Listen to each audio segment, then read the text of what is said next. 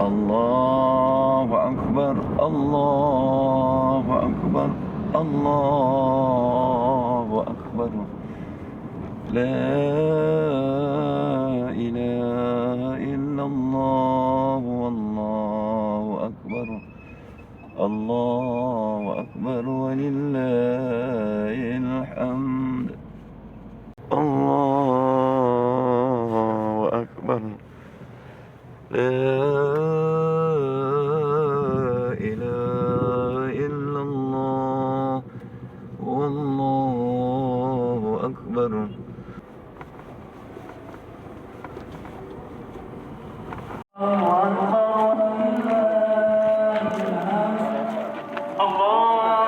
Kalau tak aman balik pulang ya.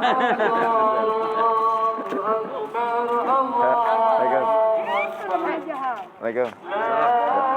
Ya,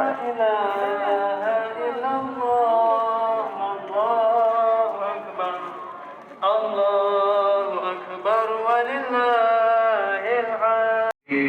Suparno, Dr. 16, Ibu Runi Suprihatin binti Jubilin, Blok K nomor 31, Ibu Erlinda Sabi binti Ahal, Blok B nomor 47, Almarhum Nini Tiwidati.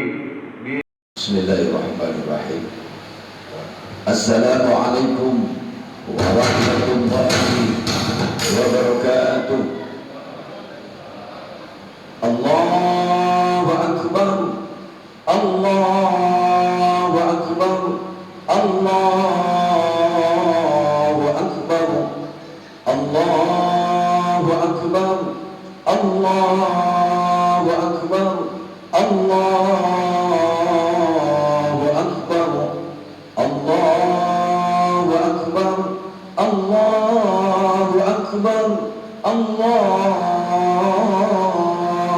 Akbar. La ilaha illallah wallahu akbar. Allahu akbar walillahil hamd. Alhamdulillah. Alhamdulillah. Alhamdulillahillazi arsala rasulahu bil huda wa dinil haqq liyuzhirahu 'ala ad-dini kulli walau karihal kafirun walau karihal musyrikun walau karihal munafiqun. Asyhadu an la ilaha illallah wahdahu la syarika lah wa asyhadu anna Muhammadan 'abduhu wa rasuluh. Allahumma salli ala sayyidina Muhammad wa ala ali sayyidina wa maulana Muhammad. Fa ya ayyuhan nas ittaqullaha haqqa tuqatih wa la tamutunna illa wa antum muslimun. Qala Allah Ta'ala fil Qur'anil Karim, A'udzu billahi minasy syaithanir rajim. Bismillahirrahmanirrahim. Inna a'tainakal kautsar fasalli li rabbika wanhar inna syani'aka huwal abtar. Sadaqallahul azim. Allahu akbar, Allahu akbar, Allahu akbar walillahil hamd. Saudara-saudaraku kaum muslimin dan muslimat, sidang jamaah Idul Adha yang dirahmati Allah Subhanahu wa taala.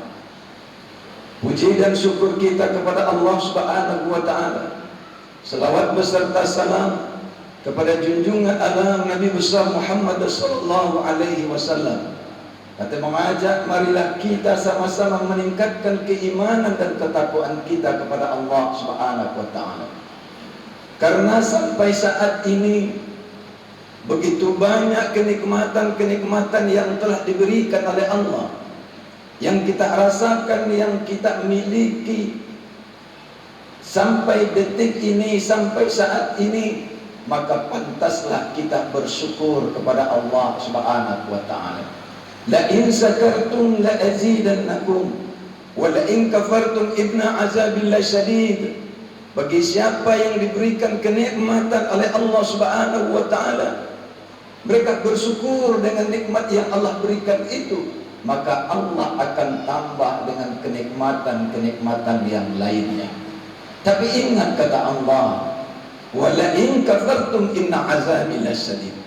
Bagi siapa yang Allah berikan kenikmatan tetapi mereka tidak ingat kepada Allah, mereka tidak bersyukur kepada Allah, mereka tidak mendekatkan dirinya kepada Allah, maka sesungguhnya Allah akan memberikan kesengsaraan di dalam jiwanya. Jiwanya sengsara, jiwanya tidak tenang, jiwanya tidak tentram, jiwanya tidak bahagia.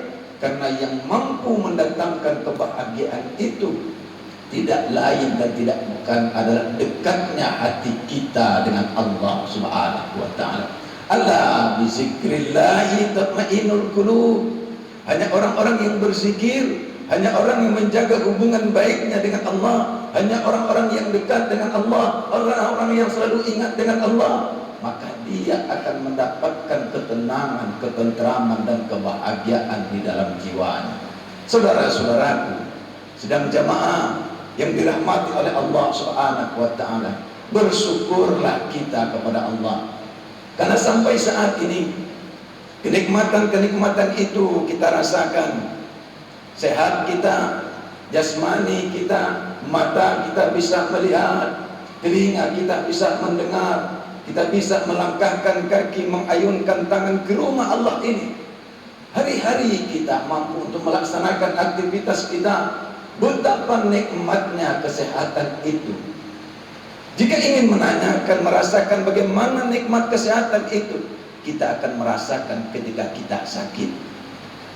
Bagaimana kenikmatan kelapangan kita yang diberikan oleh Allah, bagaimana merasakan itu ketika Allah mendatangkan kepada kita kesengsaraan, kesempitan, tapi Allah berikan kelapangan kepada kita.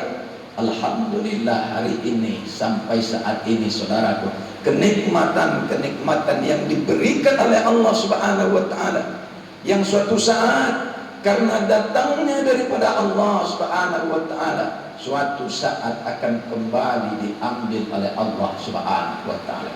Bahkan saudaraku, apa-apa yang ada di muka bumi ini diciptakan oleh Allah adalah untuk kita manusia. Allah ciptakan langit, Allah ciptakan bumi, Allah ciptakan udara, Allah ciptakan air, Allah ciptakan matahari. Semua yang ada di muka bumi ini, saudaraku, diciptakan oleh Allah adalah untuk kita manusia. Lautan yang ada airnya untuk kita minum, ikannya untuk kita makan, tumbuhannya berbuah, buahnya juga kita makan. Binatang-binatang ternak diciptakan oleh Allah juga untuk kita makan. Huwallazi khalaqa lakum ma fil ardi jami'a. Semua yang ada di muka bumi ini aku ciptakan untuk kamu, kata Allah. Untuk kita. Semua Allah ciptakan. Begitu karunia Allah Subhanahu wa taala. Maka saudaraku, bersyukurlah kita kepada Allah Subhanahu wa taala. Allah mengingatkan kepada kita, inna a'tainakal kautsar fasalli li rabbika wanhar inna syani'aka huwal abtar. Sesungguhnya kami telah memberikan nikmat yang banyak kepadamu. Allah telah memberikan nikmat yang banyak kepada kita. Inna a'tainakal kautsar, sesungguhnya kami telah memberikan nikmat yang banyak kepadamu wahai Muhammad. Fasalli li rabbika wanhar, maka dirikanlah solat karena Tuhanmu dan berkurbanlah. Solat kita, kurban kita sebagai tanda syukur kita kepada Allah Subhanahu wa taala. Solat kita, kurban kita, ibadah kita merupakan tanda cintanya kita kepada Allah Subhanahu wa taala. Solat kita, kurban kita, ibadah-ibadah yang diperintahkan oleh Allah, ini merupakan jalan untuk mendekatkan jiwa kita kepada Allah Subhanahu wa taala. Tanda syukur kita, tanda cinta kita kepada Allah, kita sebagai makhluk, kita sebagai hamba, kita yang datang daripada Allah. La ilaha illallah, tidak ada, semua ini yang ada itu Allah. Inna lillahi wa inna ilaihi raji'un. Sesungguhnya semuanya datang daripada Allah, dan kita akan kembali kepada Allah Subhanahu wa taala. Saudara-saudaraku, sidang jamaah Idul Adha yang dirahmati oleh Allah Subhanahu wa taala. Apalagi saat ini, saudaraku, kehidupan yang sangat susah, ekonomi yang sangat sulit. Kita, bangsa kita, bahkan dunia diuji saat ini oleh Allah Subhanahu wa taala. Dengan ujian pandemi ini, semua kita disekat. Sekarang lagi PPKM, ditambah PPKM darurat, ditambah lagi PPKM level 4. Hari-hari kita ke depan, kita akan mendapatkan ujian yang berat. Ekonomi kita semakin lemah, peluang kerja sulit. Apakah kita yang harus kita lakukan saat ini? Kita meminta kepada Allah Subhanahu wa taala dengan ujian ini, agar kita mampu untuk menghadapi hari-hari kita ke depan, saudaraku. Kita tidak sanggup berbuat apa-apa. Kita hanya berserah diri memohon kepada Allah Subhanahu wa taala, karena semuanya datangnya daripada Allah, kembali kepada Allah Subhanahu wa taala. Allahu akbar. Allahu akbar. Allahu akbar, walillahil hamd. Kita datang ke masjid ini, saudaraku, juga merupakan tanda cinta kita kepada Allah Subhanahu wa taala. Kemarin sore setelah selesai solat asar, bahkan setelah selesai solat zuhur, jamaah-jemaah haji yang ada di kota Makkah, mereka melaksanakan wukuf di Arafah. Karena hakikatnya haji ini adalah wukuf di Arafah. Hikmah haji dan kurban ini, saudaraku, ini merupakan nampak tilas perjuangan spiritual Nabi Ibrahim alaihissalam dan keluarganya. Ketika kemarin, saudara, kita melaksanakan ibadah haji, mereka wukuf di Arafah sampai menjelang maghrib. Mereka bertafakur, mengevaluasi dirinya, mengintrospeksi dirinya, membaca-baca dirinya, mengukur-ngukur dirinya, menghitung-hitung dirinya, bahwa kehidupan di muka bumi ini tidak lama, saudaraku. 20, 30, 50, 60 tahun, 70, 80, 100 tahun, 100 tahun lebih. Yang kita makan akan busuk, yang kita pakai akan lapuk, yang kita bawa untuk menghadap Allah Subhanahu wa taala adalah amalan kita selama hidup di muka bumi ini, saudara. Dia hitung-hitung dirinya, bertafakur dia kepada Allah, berzikir dia kepada Allah. Bahkan kita yang tidak mampu untuk melaksanakan ibadah haji, saudara, kita bisa merasakan haji itu di negeri kita, di dalam diri jiwa kita sendiri, saudaraku. Ketika saudara kita sedang melaksanakan wukuf di Arafah, kita melaksanakan puasa Arafah. Ketika saudara kita bertafakur, berzikir, menghitung-hitung dirinya, mendekatkan dirinya kepada Allah, kita juga berzikir kepada Allah. Bahkan di waktu maghrib dikumandangkan takbir, Allahu akbar, Allahu akbar, Allahu akbar. Di masjid-masjid, di musola-musola, di surau-surau, di rumah-rumah kita umat Islam. Bahkan sampai hari ini, berbondong-bondonglah kita ke masjid, berbondong-bondong kita ke surau, berbondong-bondong kita ke lapangan untuk melaksanakan sholat Idul Adha. Padahal hari ini dilarang oleh pemerintah, saudaraku. Edaran itu keluar. Pemerintah menginginkan supaya pandemi ini tidak begitu merebak, untuk meminimalisir supaya tidak terjadi lonjakan yang tinggi. Pandemi ini tujuannya adalah baik, tetapi karena cintanya kita kepada Allah Subhanahu wa taala, rindunya kita kepada Tuhan kita, walaupun ini dilarang, walaupun ini disekat, karena cintanya lebih besar kepada Allah Subhanahu wa taala, dia datang ke masjid ini. Allahu akbar, Allahu akbar, Allahu akbar. La ilaha illallah, wallahu walillahil hamd. Dia datang melangkahkan kakinya, mengayunkan tangannya sambil bertakbir, bertahmid, bertasbih, mengagungkan Allah Subhanahu wa taala. Apakah dia membangkang kepada pemerintah? Tidak. Tapi dia cinta kepada Allah, ingin mengagungkan Allah.